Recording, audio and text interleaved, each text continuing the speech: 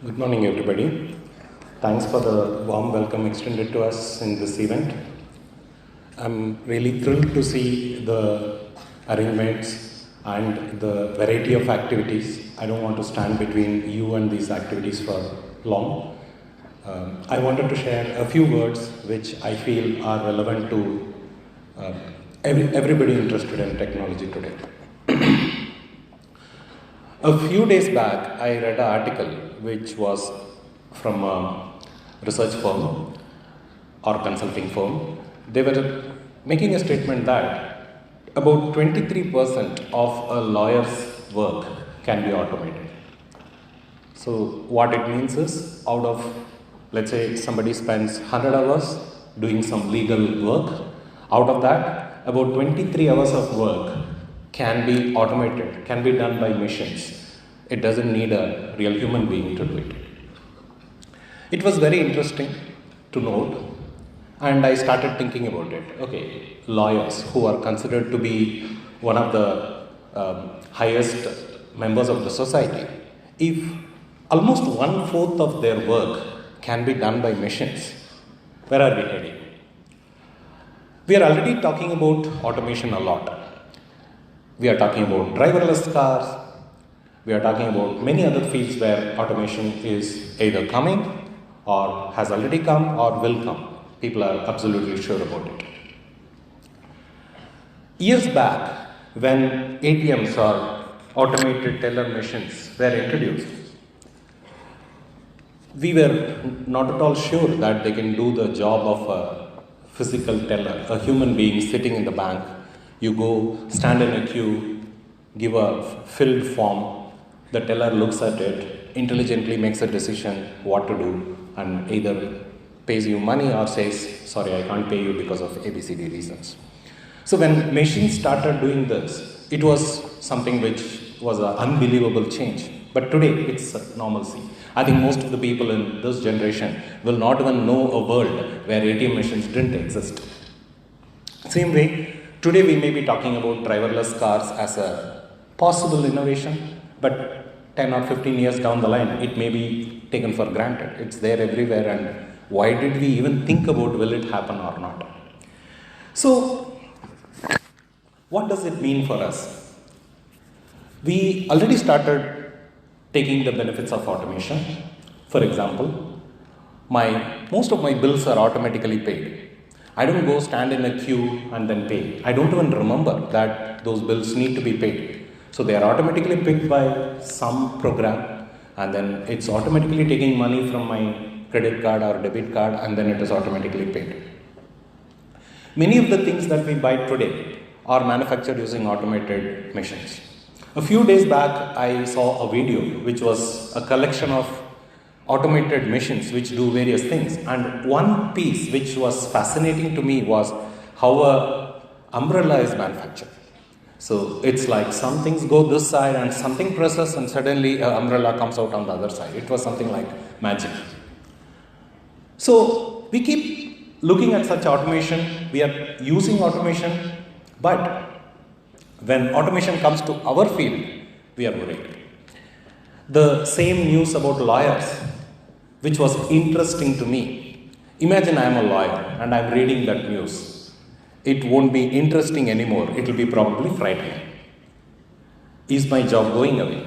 If 23% of my work can be done by machines, it just takes a few more years to make it 40%, 50%, 60%, and probably one day my profession will not be required in this world. That's how a driver will think when you talk about self-driving cars, right?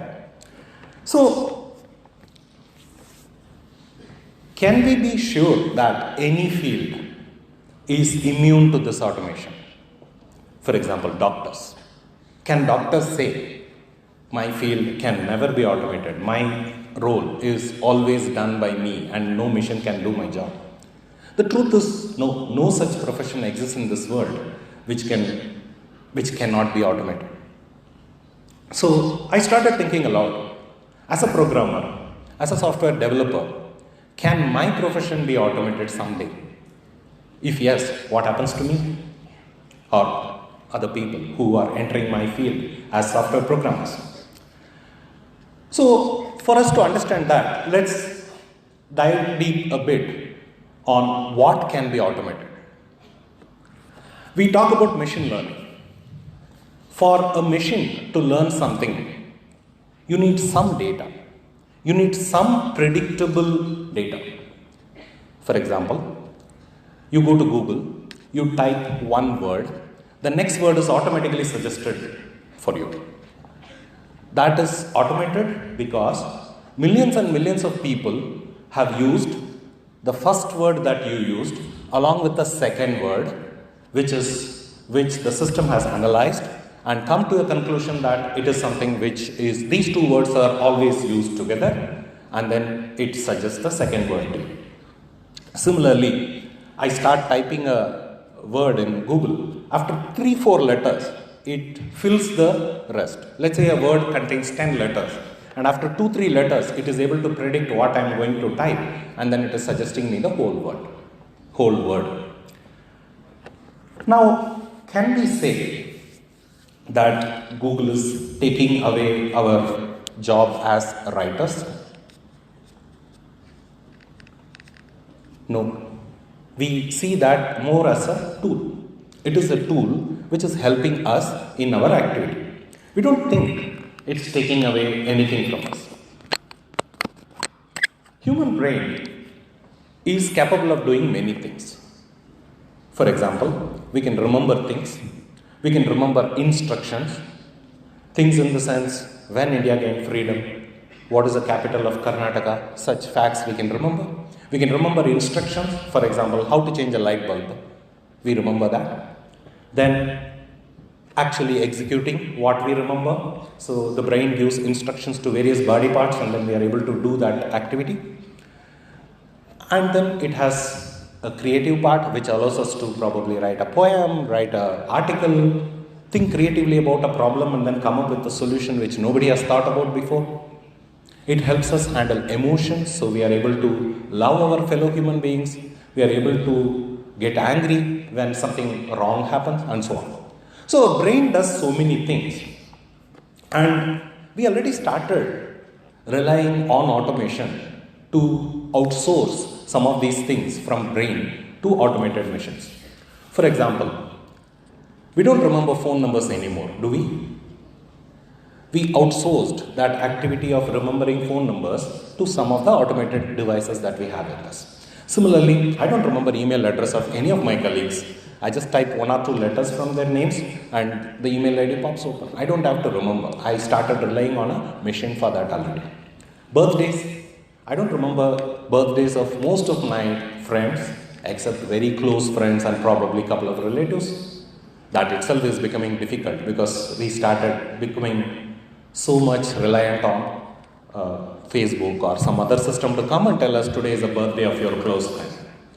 So that means we are okay to lose that part of our brain which is remembering things. Here, you shouldn't see the word lose as a negative sense.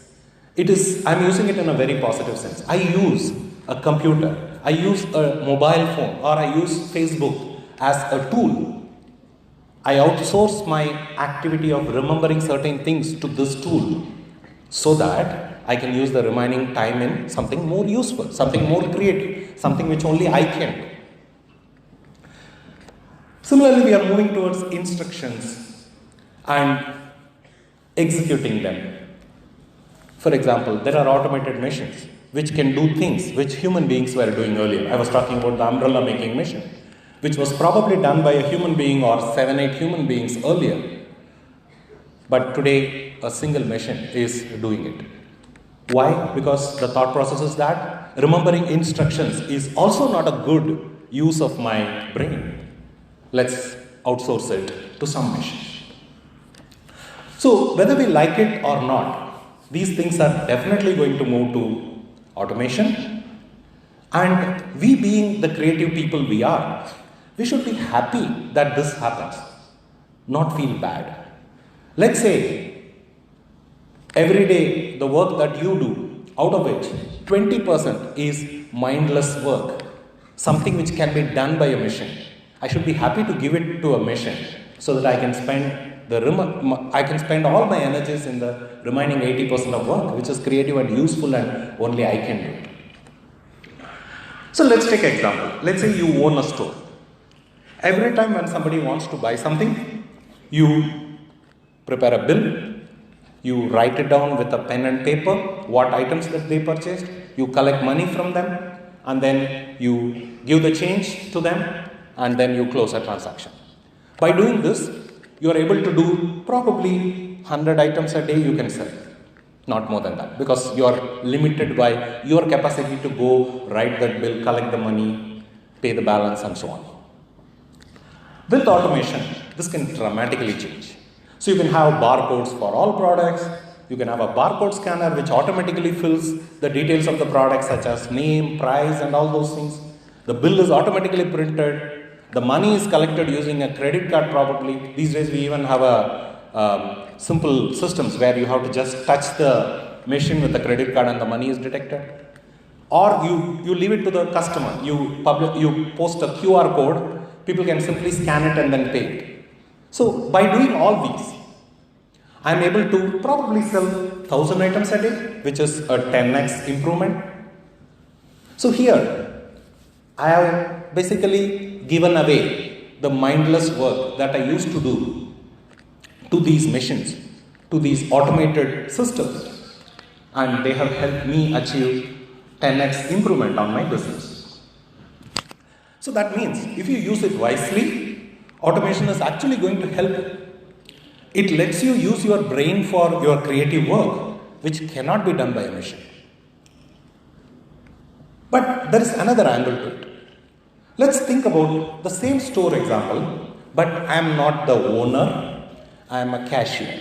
I am employed by the store. Now suddenly, I am worried. Hey, this machine is probably doing my job. 50% of my job, 60% of my job today, and someday it may do 100% of my job, and I'll not have anything to do. I'll be thrown out of the store. So, won't automation take away your job in that case? When you look at a modern supermarket, you still have cashiers. In fact, those supermarkets have multiple cashiers, 10 cashiers, 20 cashiers. They are very much there. But they are only doing things differently. Those who used to use pen and paper to write a bill and collect money and all, they are using automated machines. They are using those machines to be much more efficient, to serve more customers in a better way in the same amount of time. Of course, those supermarkets may be exploiting people, but remember, this exploitation is not by machine. Machine doesn't know to exploit. Only human beings make that mistake. So if any exploitation happens, it is not because of the machine. It's because of the people who decided, guess what? Here is automation technology. Let me use it to exploit my fellow human beings. It's not the machine's problem. It's a human problem, which we need to address in a separate forum. So, like supermarket cashiers, everyone from doctors to lawyers to construction workers to chefs, everyone is benefiting from automation. That's a fact. That's a truth. We need to take it.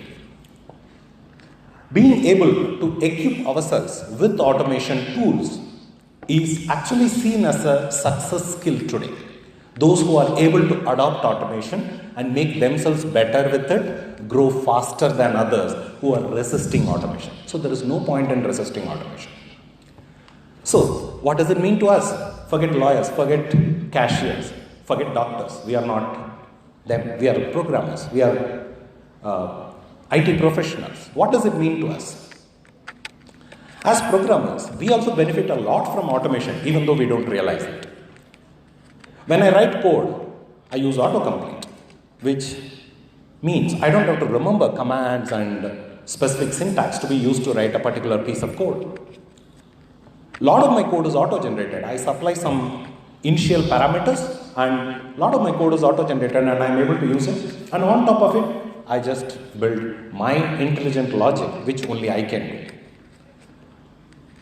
But the question is, what do I do with all the time that I save by this automation? If I use all the time I save by automation to mindless activities and lazy entertainment, it is only adding to negativity. It's not helping me in the long run. In 1936, people asked Mahatma Gandhi about this. Very interesting question, almost 90 years back. What is wrong with having more leisure by mechanization, machinization, whatever way you want to call it? So, at the time there were no computers and no question of machine learning and all, but machines were getting introduced, and then people asked a question to Gandhi, who was against machines. What's wrong? Machines give us a lot of leisure time. It helps me do things very fast. Something I used to spend 5 hours earlier, I'm able to do it in 30 minutes now, and I have the remaining 4.5 hours as my leisure time. What's wrong? Gandhi replied to this question with a genius, futuristic outlook. This is the answer he gave. Leisure is good and necessary up to a point only. God created man to eat his bread in the sweat of his brow. So what he actually means is, it's okay to have leisure, but at the same time, if we use automation to buy more time for mindless leisure, instead of doing creative work which only human beings can do, then it is definitely a negative thing which we should resist. So as a programmer, the time I save by using automated tools should be used to focus more on the basics of programming, logical thinking and creative problem solving, things that a machine cannot do. That's when I really work intelligently. That's when I'm benefiting from the automation. Another thing that only we human beings can do is taking the fruits of automation to everyone. Everybody knows Gandhi was against machines, but he was against machines only when they helped greedy motives of a few people hurting many others. On the flip side, he accepted machines that help millions of people. Simple tools and instruments that save individual labor, lightening the burden of the workers. These tools and instruments need not be mechanical alone. They can be software and mobile apps also. We are the ones who can make them and take the benefits of automation to millions of our fellow Indians and world citizens. A machine is not going to do that. For example, one of my friends, he runs an agriculture-based mobile app which provides useful information to farmers across India in their local language. They are able to get the right details at the right time, use those details to work more intelligently, more efficiently, and they get better returns from the same efforts. Another friend is translating academic videos from many famous universities and making them accessible to people who don't speak English. So he's making Tamil videos, he's making Kannada videos, he's making Telugu videos and so on. He's using automation for that. The translation is automatically done, then a human being checks it and makes sure that things are readable and then making sense. So these are some of the examples where individual programmers like you and I and companies, social organizations, they can invent digital solutions which take automation to the masses. Just city people enjoying the fruits of automation is not at all good in a society like India, which has majority of people sitting outside cities. Instead of taking away jobs, automation can help them, those people in the villages and the next level cities, to work smartly and progress in life. We human beings have hundreds of years of edge over machines. That's the truth. We have been thinking for hundreds and hundreds of years, where machines are very recent innovations. So we have the advantage of doing all these even before machines were invented. We have the amazing power of love which can work wonders, and machines don't have it yet.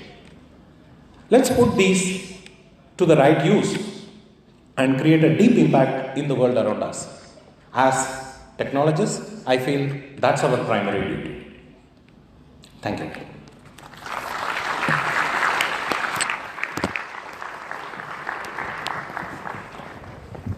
Thank you, sir. That was very inspiring.